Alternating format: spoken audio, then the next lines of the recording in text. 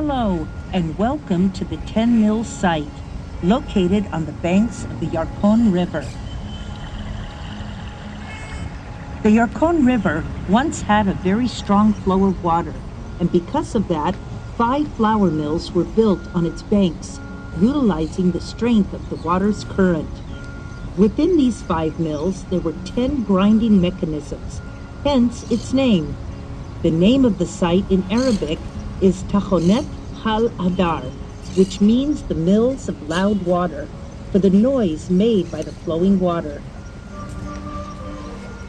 It is not completely clear when the first mill was built here.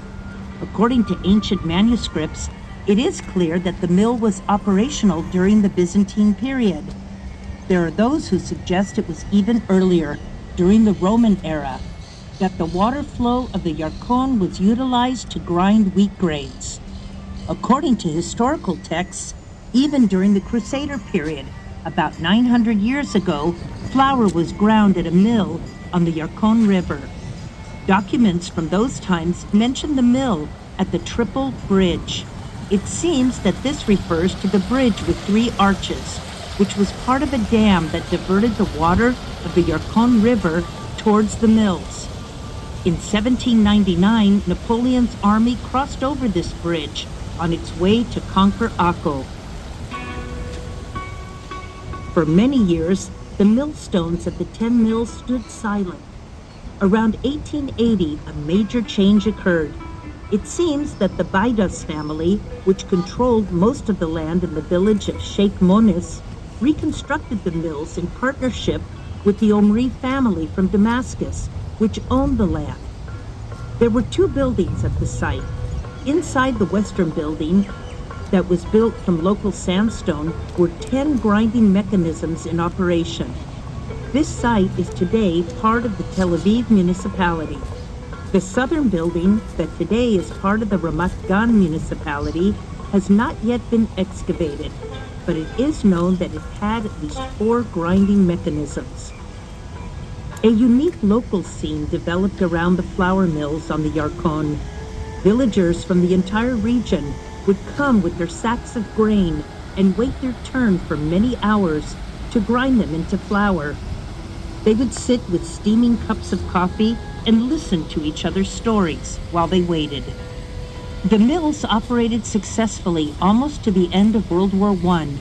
At that time, the British Army pushed the Ottoman army from the southern part of the country towards the north as they fought to conquer the land. The Ottomans attempted to establish a line of defense north of the Yarkon, so they blew up the dam to make it difficult for the British forces to cross the river. The remains of the impressive dam and all the different grinding units seen here were open to the public in 2023. How did these mills work?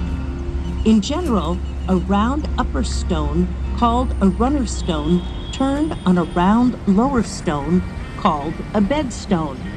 The grains were poured between the 2 stones for grinding.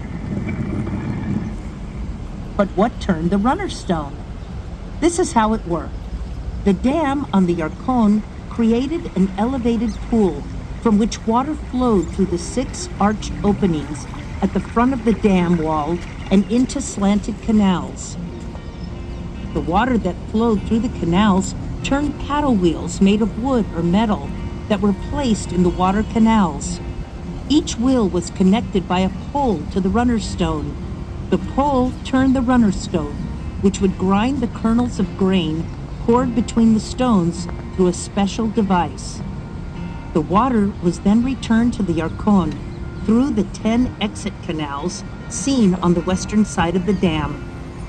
According to estimates, the output of each grinding unit was approximately 40 kilograms of flour per hour, meaning 1,000 kilograms per day. Today, the flow of water is regulated through the system of slanted canals that are part of the refurbished grinding units and by the reinforcement of the dam and arches. Environmental rehabilitation has also taken place at the 10 Mills site. On the banks of the river, wild plants indigenous to the Yarkon and the coastal plain region were planted, and various walking and biking paths were paved.